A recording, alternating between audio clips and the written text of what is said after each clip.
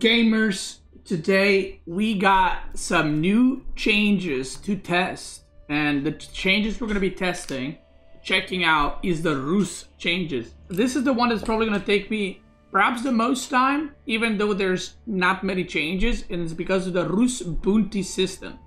So we're going to jump into the game. I'm going to just go in alone without anyone.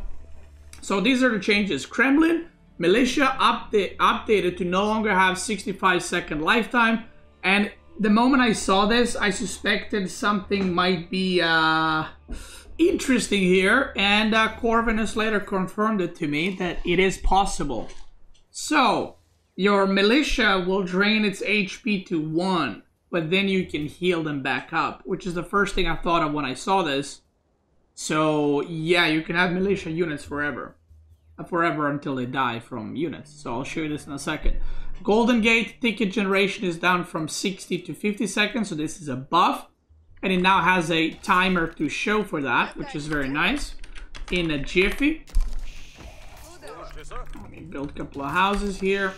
So next thing, Abbey of Trinity now reduces the cost of warrior monks by 50% at all monasteries. And then Rus bounty system has been changed. So the first thing we're gonna do is we're gonna age up with Kremlin, because we want to see the militia, right? I'm gonna build that so it starts generating, and I'm also gonna age up to Abbey immediately so we can have that too. So now when you build Abbey, your monk, for those that don't know, warrior monks in Abbey cost 20 food, 100 gold. But now it reduces the cost for all monasteries. So usually in monastery, the warrior monk is, I think, is it 4,200, right? But now Abbey makes them cheaper, which is, I mean, it's a buff to Abbey, you know, cool. But, so we're gonna wait for the Kremlins to show up. I'm gonna make a couple of warrior monks just in case. I'm gonna upgrade the healing as well for them. Now, next thing, this is, you know, there's nothing here to show. You can see it, and then it's a little bit faster how you generate tickets. I'm going to show you this in a little bit. Now, the Rus bounty system has been updated. This is the biggest one, and this will 100% completely change the style of the Rus and the way Rus is played and the way you do builds. So I definitely need to do a guide for Rus. So players will no longer receive gold immediately when hunting animals. So there's no more Rus mini games where you build scouts and you kill deer and wolves and all that shit. At least I think that you don't. I'm gonna go kill a wolf, but I am pretty sure you do not get bounty when you kill a wolf. But let me just, where the hell? Okay, there's one right there. I'm gonna go kill it just to show you guys. So instead, the villagers will gather 1 gold for every 10 food gathered from sheep, deer, and boar. So not berries, not shoreline fish, not deep water fish, and not farms. Just sheep, deer, and boar. There we go. I'm Rus, I just killed a wolf, and I'm at 0 bounty. Now, a bounty tier 3 requirement increased from 500 to 750, and hunting cabin tier 3 gold generation reduced from 65% to 50%. So I'm gonna build a hunting cabin too. Now, what is the biggest nerf in all of this? Well, the biggest nerf is that the 80 bounty song is now nerfed as well. So, you know, this one, 3 fucking scouts and I get 80 bounty. 80. It's gonna be very hard to hit 80 bounty, and for that, devs, that is not okay. That is not okay. The song is ruined, but the song will live on, and it will be forever there. Do cows give bounty? I am assuming not, because it doesn't say it does, but yeah. So, here we go. The Rus bounty system. So at 100, 250, and 750. So what did they say was changed? Hunting cabin tier 3 gold generation reduced from 65% to 50%. That's for hunting cabins. So that's for tier 3 only, and it doesn't matter for tier 1 and 2. So there's a lot of things to test, but let me first show you the Kremlins before we move on. So when you spawn Kremlins, they are now losing 1 health per second, and you can see that. So this is a nerf to use Kremlins offensively. And I'm going to also give my opinion, because there's a lot of intricate things about the Rus changes. So if you want to use them defensive, they're going to be very good. But if you want to attack across the map, they will be losing some health. They're not going to be useless, but this is definitely a nerf, okay, to the Kremlins. And to Gremlin as a landmark, this is a nerf. And Golden Gate got buffed. So there's a very, very high chance that you're going to see more Golden Gate, at least initially. I think a lot of players, including me, are going to be testing Golden Gate and not go Kremlin as much. Now, this doesn't make Kremlin unplayable. It's a nerf, right? But it doesn't make it unplayable. I mean, look how long they're, alive and they're still losing HP. They're like moving a little bit. I don't know what's happening there. They're still losing HP. The interesting thing is it stops when you reach 1 HP, okay? So when you reach 1 HP, it stops. And apparently, when it reaches 1 HP, you can heal it. And you can heal it to full. So I think once it reaches 1 HP, you actually, you stop losing HP. They don't die, but you stop losing HP. And then you can just heal them back up, which we're going to test in a second. And then what I'm going to do is we're going to hop into a normal game without the cheat codes and everything and show you how the aging up works with Rus. And I'm going to kind of give my opinion on Rus overall. So regarding Kremlin, I think it's probably still going to see play. It's nerfed a bit, but it doesn't mean the landmark is useless. And this is just an interaction that I wanted to show you guys that exists, right? So now they're 1 HP, and if you bring your warrior monks, you can heal it up to full. Oh, it's still losing HP. Okay, so you can heal them up, right? But they are still losing HP. So you can use them in your army. Now, the Kremlin is a nerf and it's a buff depending in what situation you're using Kremlin in. So for example, these guys do not have a timer anymore, as in they don't expire. So technically they can live on forever.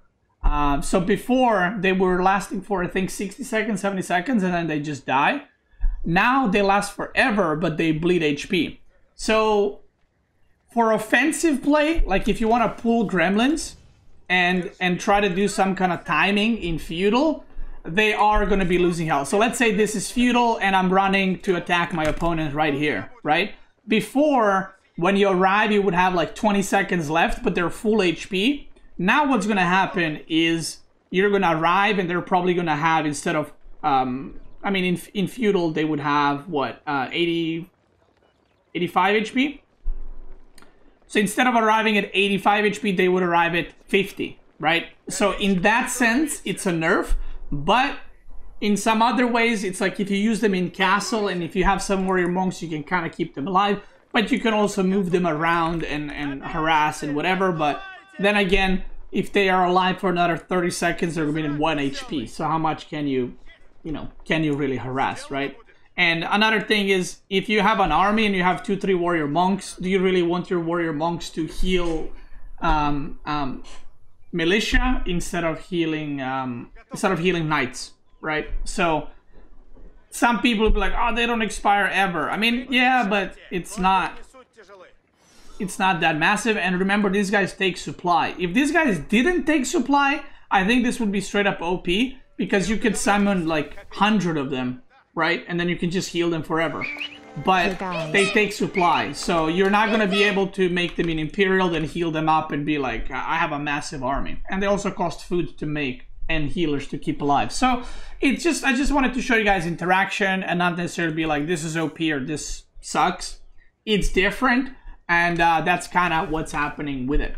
So like I said, Kremlin is changed in that way. I do think you're going to see more Golden Gate, but it doesn't mean that Kremlin is not terrible. No one's going to use it. I think you're going to use both landmarks depending what your goal is. Now, what we're going to do is we're going to jump into the game and we're going to play a normal game. The bounty system is very, very interesting, and it's one of the more interesting changes that I have seen in AoE, and the reason for that is it changes the way Civ plays without actually changing crazy amounts of it. Like the bounty system is what makes it so different, right, from other Civs. And now that that's changed, it changes the gameplay. So what's different? What's changed is one of the reasons why Rus was so strong is that they had always a villager advantage. If opponent was playing against Rus, they would make a second scout from town center, and you would make a second scout from the hunting cabin. So that means you would be ahead a villager whole from the get-go. So now Rus doesn't need to do that anymore. Or sorry, the other civs don't need to make a second scout anymore. So Rus will be on par with the other civs as far as villagers go. Now what's interesting is Rus can make a hunting cabin, and I'm pretty sure that the meta will be you're still gonna make a scout out of this to get sheep. So you will not have the villager advantage anymore, but you will have an advantage in an extra scout, which is very nice. First of all, for scouting, and second, if you snag 2-3 sheep with a second scout, that's already paid off, and you most likely will be able to. I'm not sure if you're going to be building with one villager or multiple. That's something we're going to have to see. But getting a second scout, I'm just going to show you a timing building hunting cabin with one villager. I'm going to be able to, you know, use that scout to pick up sheep in the back. So what else has changed? So the bounty system, the way it works, is a nerf to Rus at the start of the game, because the enemy does not need to make a second scout, which is pretty big, okay? So that's one thing that Rus had over other civs. So you can see how much map I revealed, and now the second scout comes out, so I can get sheep. So Rus will have sheep advantage most of the time against the other civs, which is, I guess, a trade-off, right? Enemy gets a villager, but maybe Rus gets a couple of extra sheep. Now, the next thing that's interesting is you get 1 gold for every 10 food dropped off, and you could see it on the villager right there. Boom, right there. So a lot of people were wondering, do you need to mine gold now? Do you not? You do not need to mine gold to age up, and this opens for a lot of interesting possibilities. I haven't tested this yet. I'm literally testing this right now as I'm playing, so I'm probably gonna do it all wrong, but I'm gonna show you the idea that I have had for this from the get-go. So you can see the age up actually lines up really, really well. But the idea that I've had is there are a couple of different things you can do with Rus now. You can age up and do a super fast castle rush. And I'm going to attempt to basically not mine gold at all and do a castle rush and see if that works. So I'm going to age up with Golden Gate instead. And another thing that I want to say, another thing that is nerfed for Rus. So before, with the old bounty system, you always had wheelbarrow in Dark Age started. Now you can't do that anymore because you do not have that much gold. So that is also a nerf to the Rus. Okay. So I'm gonna test this if it is possible. I don't know if it is, so this might just completely flop. But the build like this will be made with crisp timings. Okay, this is 100%. So there is a very high chance, and again, this is me just reading patch notes, 0 games played. There's a very high chance that the Rus Castle Rush meta into Abbey, into Horse Archers will be back, okay? Because if you do this properly, you can hit Castle extremely quickly. And once you do, you can go Abbey and you can collect relics. And you can basically just not need to mine gold at all for a while, because you can get it from sheep. And this is obviously going to depend how many sheep you get. On some maps, if you have deer super close, maybe you're going to be able to go on deer immediately and get gold. Basically, each deer gives you 35 gold. And each boar gives you 200 gold. So it's quite a bit. Now, obviously I'm playing alone here, so you know I'm going to get a good amount of sheep. But there's a lot of things that need to be figured out. Another angle that might be that you might be able to do is when you age up, you mine a little bit of gold and you go pro scouts. So this sets you up for pro scouts really, really well. And let's say I chopped 75 wood right now. So I'm gonna go return the sheep. So let's say I chopped 75 wood right now. I could sell 100 food for 150 gold, and I can almost have pro scouts.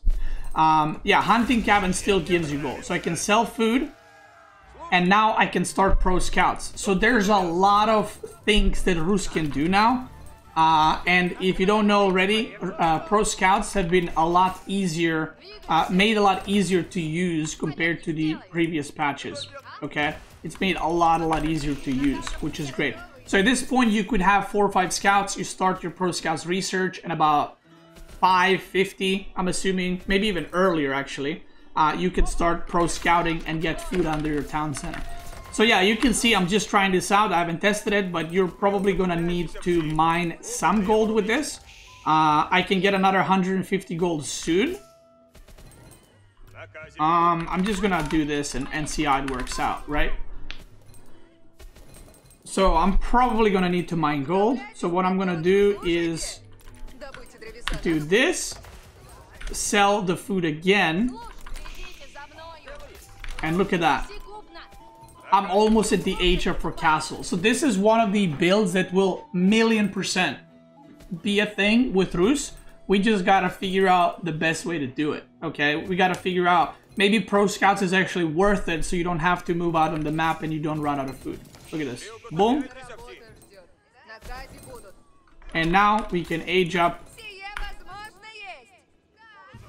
with Abbey of Trinity. 550 age up right there. 550 age up. And now what you can do is you can take a lot of workers, send them to the wood line. This is not a build order guide, by the way. I'm just showing you example of a build I thought of the moment I saw these changes, okay? Because when I was looking through the patch notes, we did some math on stream how possible this is, and it turned out to be very possible, which you can see here already. And this is just the first time I'm doing it. Once, like I said, once I, you know, figure it out perfectly, this build is going to be a lot better. So now what you can do is even get a second monastery, because now your warrior monks are not expensive anymore. You could put 2-3 on gold to make sure you have enough.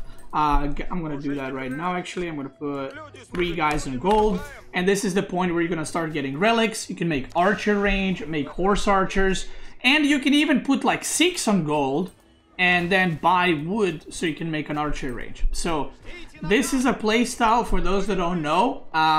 That was a thing for Rus for the first 6 months of the game. So if you're newer to the game, you might think, oh, this is weird. Like, is this even gonna work? Trust me, I have played against this for 6 months. This is a very interesting style to deal with. I'm not gonna say it's overpowered, but it's a very, very interesting style to deal with unless you have played against it already. So maybe it's a good addition to go Pro Scouts, because I'm already out of food here. And if I had some scouts bringing in food and stuff like that, it could be pretty good. Who knows? Again, maybe there's an angle where instead of selling food for gold, maybe you mine gold to buy food so you can age up faster, right? So there's a lot of interesting things that can be done by this, right? And you can see the warrior monk is already out, and horse archers cost 80 food, 40 wood, so you can get map control with them. Technically, you can also go knights if you wanted to, but when this kind of playstyle was meta for the first 6 months of the game, you were going into horse archers and taking map control because they're very cheap, so you can kind of be out on the map and overwhelm the opponent by just having big map control with horse archers. So there it is. So that's kind of the idea that I've had behind the Rus build. Now, like I said, there's going to be a lot of different styles from this coming, potentially.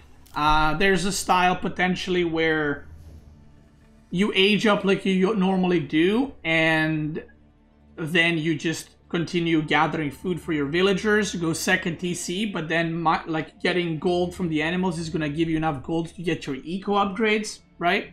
So there's a lot of interesting things like that. I want to show you guys another thing before we end this one. I want to show you how the Pro Scouts work. So I showed this in one of the videos, but maybe you didn't see it, and this is going to be maybe important with Rus. We'll see. Maybe Rus is back to Pro Scouting like they used to. I'll make four fucking scouts. Actually, I'll make 3. I'll get Pro Scouts. So the main drop-off point is your town center. So this is what you can do. Before, you needed to grab the deer, then send them back, and then drop off. Now it's automatic. All you need to do is click on the deer. So I'm going to turn the cheats off. So now what you can do is this. Okay? And then shift click here, and then shift click again. So watch what happens. I think this should work. Yeah. So look at this. I shift click 3 deer, and then I shift click here. So what this does, I'm not controlling them. I didn't tell them to move to the TC. They're gonna go to the main TC, drop off the deer, Then they're gonna come back here, kill the next 3 deer, and they're gonna go back home and drop off the deer. And not only that, they actually drop it off right under TC, which is really, really good. Because even when you did it manually, it was hard to do this properly. So, yeah, I'm not sure if you can shift-click all. Let me see what happens if I do that. So, if I shift-click 4, is it gonna kill 3, send it back? Let's see. If that's the case, that's even easier. Let's see. Yeah. Yep, that works too. So you can take 2 scouts and shift-click 7 deer, and they're just gonna automatically go back and collect and go back to it. So if I could potentially do this too, right? Let's see. So I shift-click the other 2 deer from the other pack. Like, actually, let me shift-click all of them. So what should happen is one of the scouts should grab this deer, go back, and the other 2 should continue. And then the one that brings this back should drop it off, and then come back for this one. So they have made it a lot easier to use. You can also change the drop-off location. So if your food gathering is here, right, you can change the drop-off location to this by pressing T. And they're just gonna drop it off here. So yeah, you can see the scouts are going here. So yeah, so the pro scouts might become a meta. Even at pro level play, pro scouts are pretty difficult to use. We do use them in some matchups, but when you get pressured, it's hard to keep up with the pro scouting. Now, they are choosing the fastest way home. So if you do pro scouting and like here and the enemy's base is here, there's a very good chance they're going to just run into the enemy unit. So you might need to do some manual adjusting, but in order to pick up your own deer, you should be, you know, more than fine to, you know, just shift click and let them do their work. So again, they're going to drop off and they're going to go right back to the other one, like you see here. Boom. And remember, each one of these deer is 35 gold. Every 10 food is 1 gold. So, yeah, it's pretty cool, pretty interesting. I think Rus, now, it's too early to say, by the way, because, you know, I haven't played any games, so I don't want to be like, yeah, this is OP or this is too weak.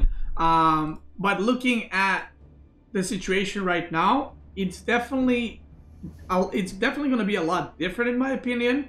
Whether the Rus CET has been S tier in pro level play for a very long time, I don't think this is going to move it down. Even if it does, it's going to move it down to A tier, okay, at the very most. But I think Rus will still be very good. It's not going to be the Rus you're used to. It might be a lot of castle rushing Rus, and it might be a lot of horse archer Rus. But like I said, we will see. And we also got to figure out a way how to counter all this. So regarding another CET, I can just quickly show you guys. I don't want to make a full video for Abbasid, so I'm just going to do it right now. Abbasid has received some changes. Fertile Crescent. Let me just pick Abbasid. Boom, let's go. So Abbasid, Fertile Crescent, that is the economy wing. It's changed from 30 to 35%. The trade techs are swapped, which I'm going to show you right now. This is the most interesting one, and I wanted to show you how it works, because I feel like a lot of people are probably going to miss out on that one a little bit. So in a jiffy, I'm going to make the tech buildings right here. So basically, the Eco Wing, which is Fertile Crescent, it used to be 30%, now it's 35% reduction, so it's a buff. And then these two have been swapped. So Armored Caravans used to be in Castle, that gives you armor for your trade. But now that is in Feudal Age, and in Castle is the Grand Bazaar upgrade, which gives your traders an extra 25% of the second resource. So this is a nerf to the trade wing. Now, let's age up with Eco Wing and let's get this upgrade. So your TC is 400 wood, 350 stone with this little 5% buff. The TC now for Abbasid, if you go Eco Wing, costs 260, 227. So they received a buff there, and then their farms cost 49 wood. 49 wood, which is very, very big. Another tech that has been removed, I'm actually going to age up right now with Culture Wing. So another tech that has been removed is the Imperial tech for Culture Wing, which you guys probably don't even know what it does because it's never used. What it does is it makes your monks or imams be able to do a single target conversion. So a single target wololo, basically. When you get this upgrade, you can click on a unit and it's gonna go wololo and then it's gonna take it, right? So this deck has been here the whole time. Now it's changed into the Mosque instead of House of Wisdom, and House of Wisdom got a new upgrade, which I'm going to show you in a second. Two more changes that happened to Abbasid is their Camel Rider cost has been changed. So it used to be 160 food, 30 gold, 30 wood. Now it's 130 food, 45, 45. And another thing that Abbasid got buffed was Camel Archers. So Camel Archers in Feudal used to have 140 health. Now they have 150. And then in Veteran, which is Castle, they went from 170 health to 175 health. So Camels got a buff in Feudal by 10 health, which might be a decent amount. We'll see. Now, the biggest reason why I wanted to add Abbasid to this video is because of this tech, and let me show you. Villagers and traders, you guys can't see it. Let me move this. You still can't see it. Just listen to me. Villagers and traders gain +2 health per economic upgrade. Okay? So, right now my villagers have 50 health. If I get textiles, which gives you 25 health, you have 75 health. Now, if I get this upgrade, my villagers right now have 78 health. Why is it 78? Shouldn't it be... Oh, because the upgrade gives you 50... Is it because of textiles? But why is it 78? Shouldn't it be 79? Anyway. Each eco upgrade. So, I don't know... Does this count as eco upgrade? No, it does not. This trade technology does count. Okay? So, trade upgrades do count. Only okay, the second one too. So the trade wing upgrades do count. You're gonna see right here, 87 health. This should not. Okay, it does not. This and this should count. 93 health. Now you have fresh foodstuffs, which should count. And then we're gonna just get all of them, right? Let's just speed up the process.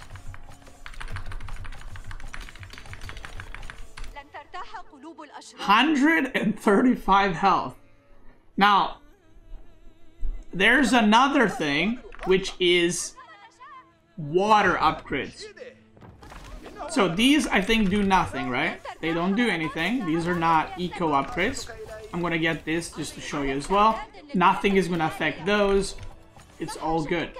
But if you get the water upgrades as well, the fishing water upgrades, the health should go to 139, right? There's two... How is it 141? Isn't there 2 upgrades only? Wait, well, why is it +6? Isn't it +2 per villager? Oh, alright, because the textiles is coded with 50% health. Okay. Okay. So textiles is interacting with every time you get +2. That's why the numbers are wrong. It's not giving you +2, +2, +2. It's giving... The textile is counting 50% of all the HP before textile is added. So, your villagers with all eco upgrades and water eco upgrades, which is the 2 fishing upgrades, will have 141 health, which is a lot of health. Now, this change is a bit confusing to me because I don't know if it was necessarily needed. I mean, I guess it's a buff and it's something you're definitely gonna get because why not? And this makes your traders also have 156 health. So you're gonna have 66 bonus health on your traders too, and you get 3/3 armor. To put in perspective, Hand Cannoneer has 150 health. Villager has, with all upgrades, 141. So yeah, that's it. That's for the Abbasid changes. I would say Abbasid got, you know, looking at the changes, they're pretty mild. Like this is interesting for late game, but it's not gonna change or break the games. You're not gonna lose because his villager had 141 health.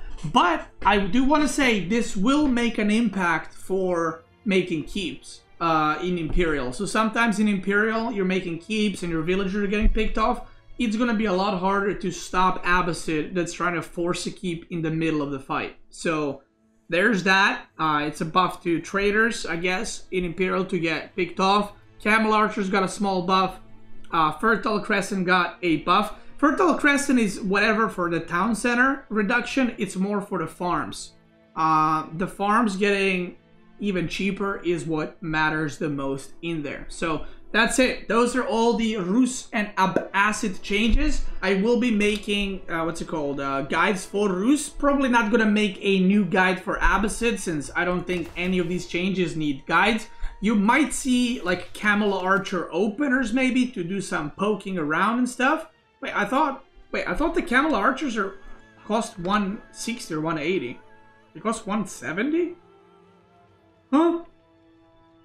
Anyway, I'm definitely gonna do a guide for Rus. I'm definitely gonna make guides for, you know, other civs. Abbasid probably does not need it. So that's it. If you're watching on YouTube, thank you guys so much for watching. I appreciate it, brother. Check me out on Twitch. I'm probably live right now. And Twitch gamers, let's keep going.